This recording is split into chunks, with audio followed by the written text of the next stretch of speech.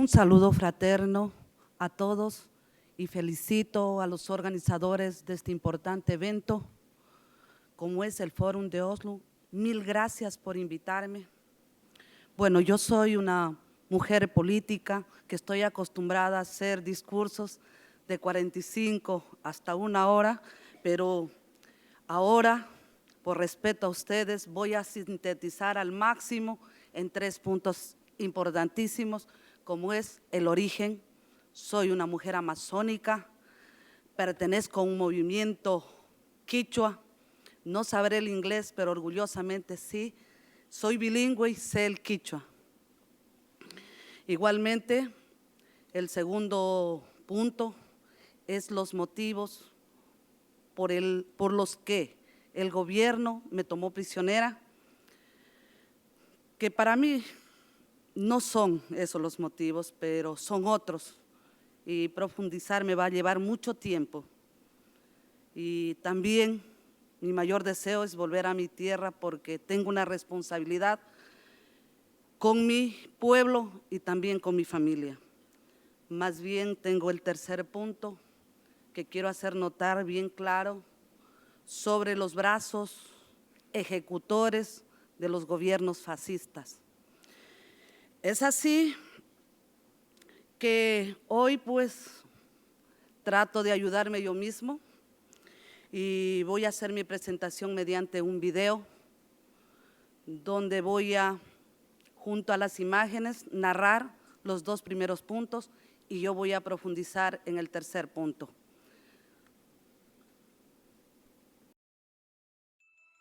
Soy Guadalupe Llori, nací y vivo en una parte de la cuenca amazónica del Ecuador, un país pequeño situado en la mitad del mundo en América Latina.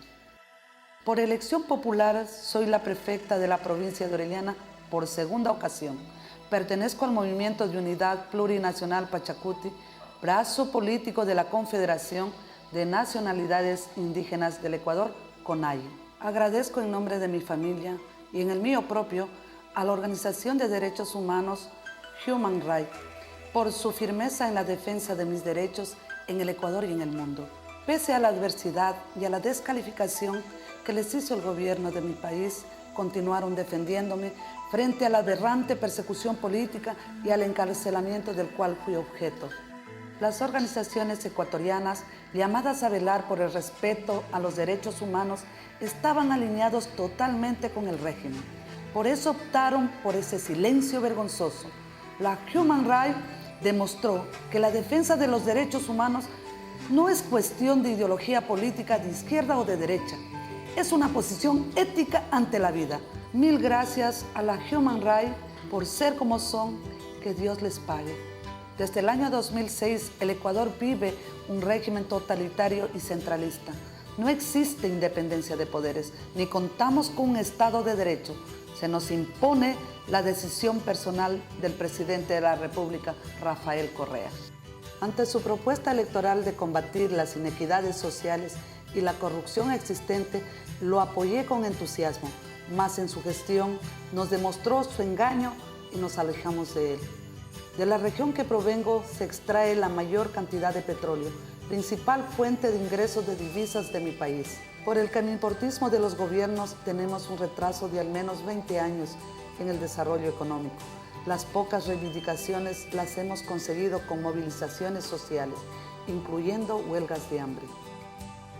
En la parroquia de Dayuma, en noviembre del 2007, sus habitantes realizaron una medida de hecho reclamando la atención gubernamental. En respuesta se desplegó un operativo en el que se reprimió salvajemente a la población, incluyendo a ancianos, mujeres y niños. Se encarceló a 27 humildes campesinos, se les acusó del delito de sabotaje y terrorismo. El presidente me insultó a través de los medios de comunicación nacional por reclamar el salvajismo y la prisión de los ciudadanos dayumenses, lo que mereció mi rechazo público. El 7 de diciembre del 2007, en un desproporcionado operativo militar similar a las que se despliega para apresar a capos del narcotráfico o a peligrosos terroristas, Más de 700 efectivos militares y policías entraron en mi casa, rompiendo puertas y ventanas, golpeando salvajemente a mi anciano padre y a mi sobrina. La súplica, el llanto, los ruegos de mis padres y mi familia resultaron vanos. Cual peligrosa delincuente, sin darme ninguna explicación, fui apresada y trasladada a una cárcel en la ciudad de Quito, a más de 300 kilómetros del lugar de mi residencia. Para justificar mi encarcelamiento, ocultamente la Fiscalía y el juez me imputaron como autora intelectual del delito de sabotaje y terrorismo.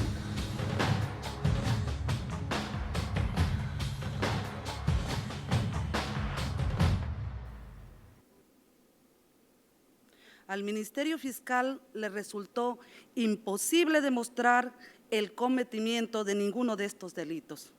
Ante la presión pública y el desgaste que sufría el gobierno de mi país por mantenernos prisioneros a los humildes campesinos y también a la prefecta de Orellana, el régimen asumió que se había equivocado, se había excedido, y para maquillar jurídicamente este atropello, la Asamblea Nacional declaró la amnistía.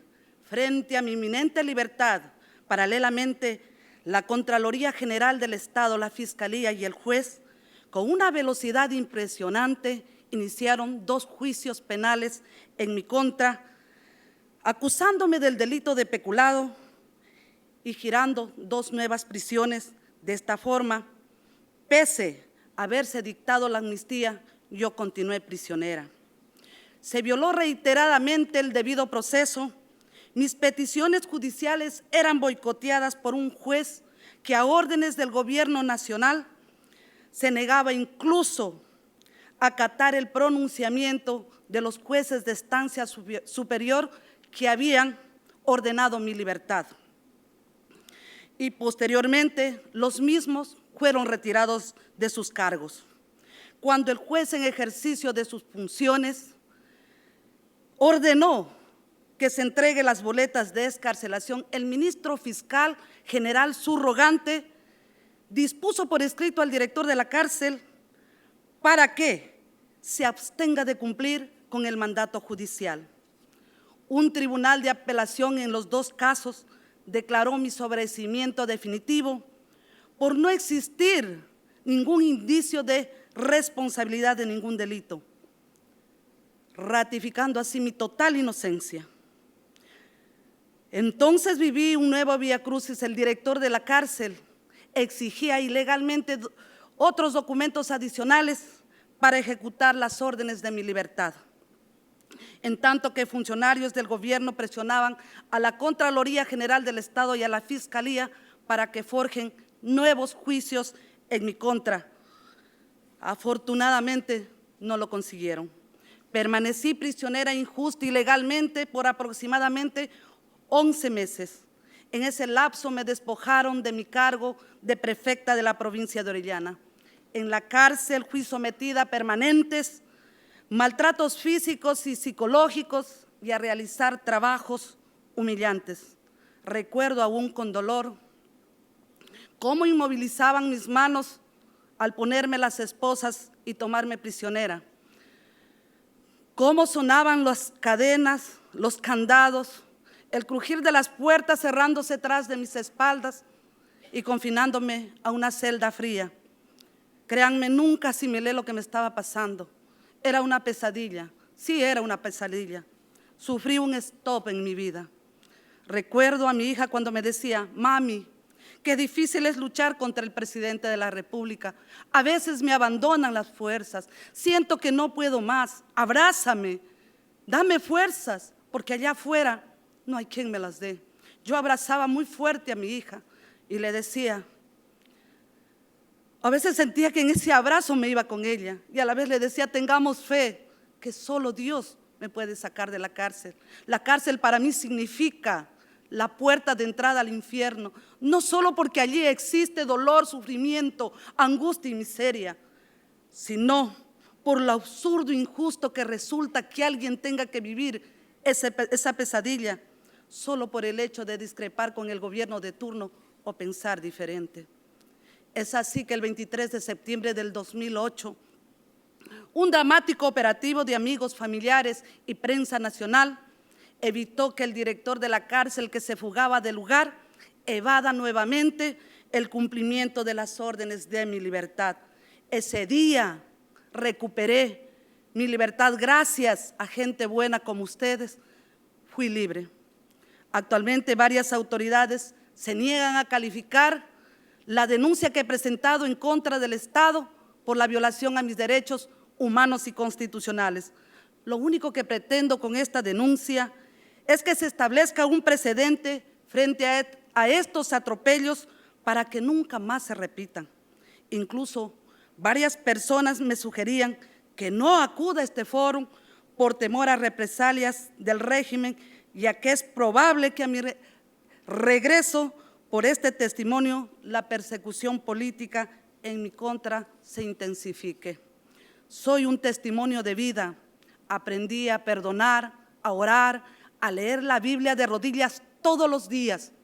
Ahora sé que Dios existe y los milagros también, porque me permitieron demostrar mi inocencia a mi pueblo, a mi país y al mundo. Esta terrible y dolorosa experiencia me animo a compartirla con todos ustedes para solicitarles más esfuerzos solidarios con los presos de conciencias de las diferentes cárceles del mundo, para que los últimos tiranos sepan que pueden apresar nuestros cuerpos, pero jamás nuestros pensamientos. Quiero expresar mi inmensa gratitud, en primer lugar a Dios, luego a Mr. Thor, Alex Boy, Armando Valladares y a todo el equipo de la Human Rights por visitarme en la cárcel y por luchar firmemente por mi libertad en el Ecuador. También quiero agradecer a las organizaciones de derechos humanos internacional que se solidarizaron con mi caso. También quiero agradecer a mis padres, a mis hermanos, a mis hijos, a mi esposo que se encuentra hoy conmigo, para pedirles que luchemos juntos por el respeto, la dignidad, la justicia y la libertad del mundo. Y quiero decirles que solo por 4 cosas yo daría mi vida: Dios, mis ideales, mis seres queridos y la libertad de mi pueblo. Muchas gracias.